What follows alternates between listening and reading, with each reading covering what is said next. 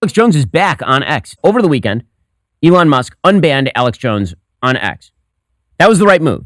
It was. In fact, people forget this because of the onlines. But way back when, in 2018, when Alex Jones was banned from social media, I actively stood up for Alex Jones. I think that Alex Jones should not be banned from Apple and Facebook simply because the standards that are being used by a lot of these social media companies are extraordinarily vague. The problem is this. Once you start saying that hate speech is a rationale for banning people from social media, you get into some very, very vague territory. Because as we know, the left does not have a consistent standard that they uphold when they are looking at hate speech. Oh, so Ben Shapiro understands vague reasons shouldn't get people to have speech regulations. So, that was back in 2018. In 2018 when he was banned, and he was banned apparently over following around a CNN reporter and kind of harassing the reporter or asking questions. That was a really ridiculous reason to ban him from Twitter. But Twitter was doing this sort of stuff routinely, and it was actually pretty terrible because they unpersoned him all at once. Now, again, it's hard to find less of an Alex Jones fan than I am. The sort of soft peddling of Alex Jones that Tucker Carlson did on his X show the other day, I thought was absurd. Alex Jones did, for years, promote a conspiracy theory that Sandy Hook was a false flag attack in order to do a gun grab, and that there were crisis actors who were being involved in that thing. Now, I'm not going to show you Alex Jones's clips on these particular subjects because my video could get removed. I'm not saying that Alex Jones was right to say that there was a bunch of actors and false flag actors, which, by the way, is actually something we've seen in other countries. So I don't know why people don't think it could happen here. However, we do need to question everything. But let's not just talk about the two things that you guys think he got wrong. What about all the stuff that he got right, talking about the shot? It's funny because Ben says that Alex Jones is not defendable as a human, but Ben was telling people that they were stupid for not taking the shot, right? So, and then later on, he said, oh my gosh, we were duped. I think I have, if I don't have a video about that, I probably discussed it on my live.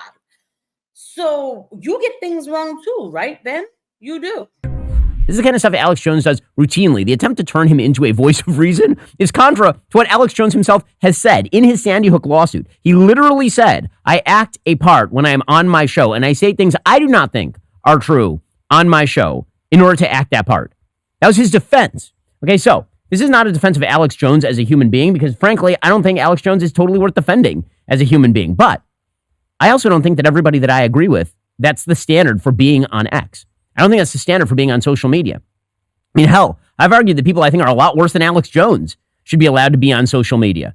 Because the problem is, once you have a gatekeeper, that gatekeeper is going to be a problem. The gatekeeper, you better trust that gatekeeper a lot, and I don't. I don't trust any of these gatekeepers very much.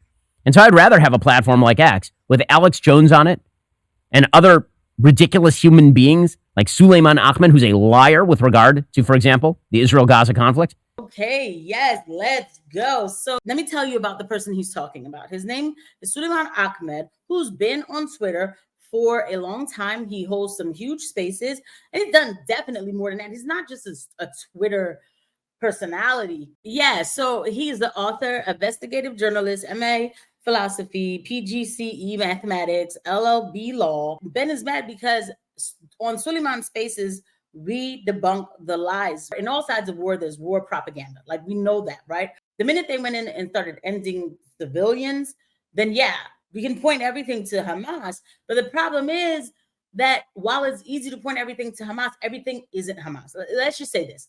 There was the whole thing about 40 beheaded babies. That was debunked. Okay? There were no 40 beheaded babies.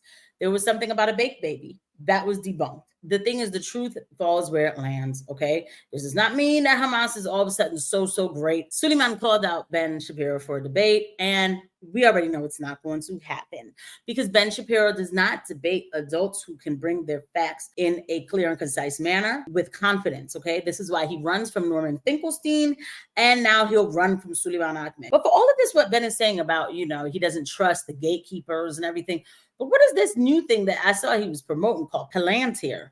I saw this tweet on Ben Shapiro, and he quote tweeted this tweet from Palantir. Saw Barry Weiss was promoting Palantir. I'm like, what the fuck is going on here? Why is he promoting Palantir right now? Palantir For those who don't know, this is a CIA front organization. Their only client up until 2008 was the CIA.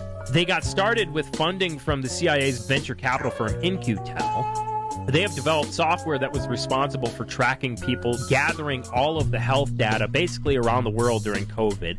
During the onset of COVID, when people first started hearing about COVID-19, this is when Palantir went public. Palantir, using its Gotham software, developed a program called Tiberius, which is run by the federal government and used to collect data from U.S. government agencies, pharmaceutical firms, and vaccine manufacturers. Tiberius platforms were also involved in the clinical trials of the development of the current COVID-19 vaccines, the creation of the COVID-19 vaccines. The CEO of the company, Alex Karp, explaining how Palantir's Gotham software single-handedly was successful in stopping the rise of the far right in Europe, and whose mission is to stop the right wing here in America. This is a CIA front organization whose mission is to track and monitor you. This is the company that Ben Shapiro is quote tweeting. This is the company that Ben Shapiro is promoting. Just to make it clear for those who don't know, take a look at this. Karp says a lot of the decisions he makes at Palantir are driven by his experiences as a Jew. His fear set propels a lot of the decisions for this company. If the far right came to power, he said, he would certainly be among its victims.